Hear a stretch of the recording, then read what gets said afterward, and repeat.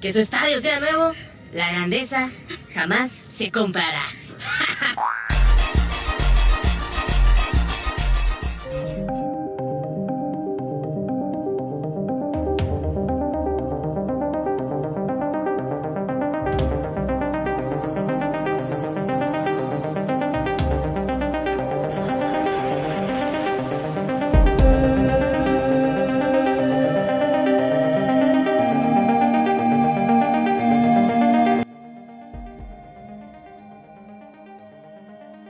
Malaysia diamuk klub asal Eropa, skandal naturalisasi Federasi Sepak Bola Malaysia berbuntut panjang. FAM Malaysia terancam dibekukan FIFA usai curangi Federasi Sepak Bola Dunia itu sampai Indonesia begini. Namun sebelum kita lanjut ke berita terlengkapnya, alangkah baiknya bagi kalian untuk menekan tombol like terlebih dahulu. Dan yang belum subscribe, tolong subscribe channel ini dulu. Karena satu like dan satu dari kalian itu ternyata bisa mengurangi satu angka pengangguran yang ada di Indonesia.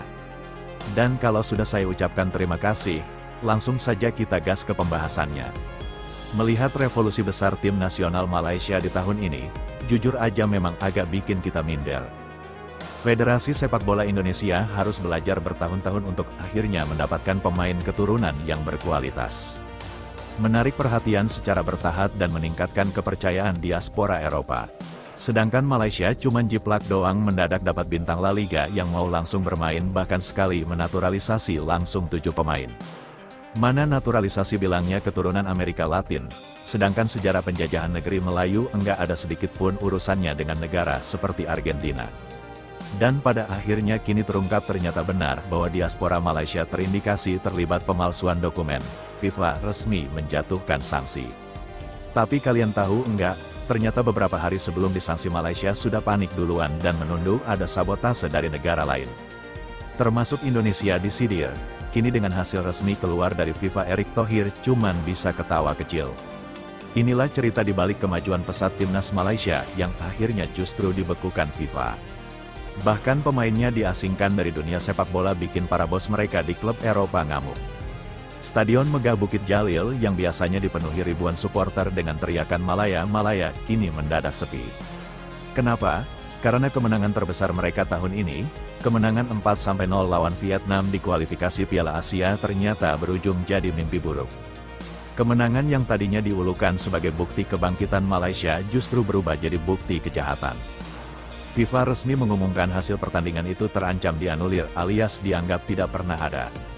Coba bayangin gimana malunya di satu sisi fans Malaysia udah teriak-teriak ngebully Vietnam. Bahkan sempat nyindir Indonesia di media sosial. Sekarang balik arah, mereka yang dipermalukan habis-habisan. Semua bermula di tanggal 10 Juni tahun 2025 malam itu Malaysia tampil gahar, 5 pemain naturalisasi mereka langsung dipasang starter. John Irasabal, Facundo Garces, Hector Havel, Joao Figueiredo, Rodrigo Holgado, belum cukup dari bangku cadangan masuk lagi Emmanuel Macuca. Sementara Gabriel Felipe Aroca enggak kebagian spot. Nah, kalau kita baca nama-nama ini siapa yang enggak curiga coba? Bukan cuman fans Indonesia, bahkan media Vietnam langsung ngegas, mereka bilanglah ini pemain Spanyol, Argentina. Brazil kok bisa tiba-tiba jadi orang Malaysia, sejak kapan Melayu ada hubungannya sama Amerika Latin? Logika sederhana aja udah janggal. Malaysia itu sejarahnya dijajah Portugis, Belanda, Inggris. Paling mentok punya diaspora India atau China, lah kok tiba-tiba muncul keturunan Amerika Latin 7 orang sekaligus. Setelah mendapatkan tuduhan dari Vietnam hingga disindir media Indonesia, awalnya Federasi Sepak Bola Malaysia atau FAM pasang wajah Inoens. Mereka langsung klarifikasi resmi keluar, itu fitnah, tuduhan tidak benar, semua pemain legal. Tapi publik makin curiga setelah sang Presiden Datuk Johari Ayub tiba-tiba mundur mendadak Agustus tahun 2025. Alasannya nihil, enggak ada penjelasan. Padahal kalau dia benar-benar yakin enggak ada masalah, kenapa harus resign buru-buru? Nah, disinilah mulai terungkap bahwa ada laporan rahasia masuk ke FIFA. Ada pihak yang membocorkan kejanggalan dokumen naturalisasi Malaysia, usut punya usut. Di balik klarifikasi dari FM, ternyata di belakang layar masih ada orang yang melaporkan ke FIFA soal kejanggalan naturalisasi Malaysia. Bisa jadi dari dalam negeri sendiri, Bisa jadi orang dalam yang muak sama cara kotor FM atau justru dari negara lain yang merasa dirugikan. Dan puncaknya FIFA menemukan bukti bahwa dokumen pemain itu dipalsukan.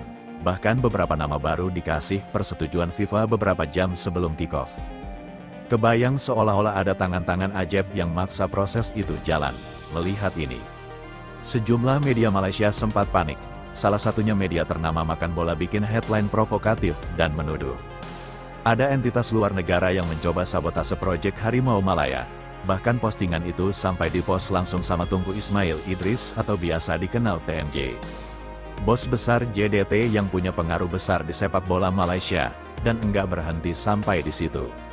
Salah satu akun media lain menyindir keterlibatan Indonesia dalam pelaporan kasus tersebut dengan menyebut tidak logik menuduh Indonesia. Rumor yang beredar adalah bahwa pihak yang dekat dengan Presiden FIFA ingin menyabotase revolusi Tunku Ismail karena mereka khawatir dengan kebangkitan Macan Malaya. Namun menu di Indonesia tidak masuk akal karena mereka fokus pada putaran keempat Piala Dunia. Nah, kan ini kok bawa-bawa Indonesia, padahal PSSI lagi fokus ke persiapan lawan Arab Saudi. Masa ya sempat-sempatnya ribet ngurusin Malaysia, ngapain coba? Dan kini akhirnya setelah penyelidikan beberapa bulan, FIFA akhirnya buka suara.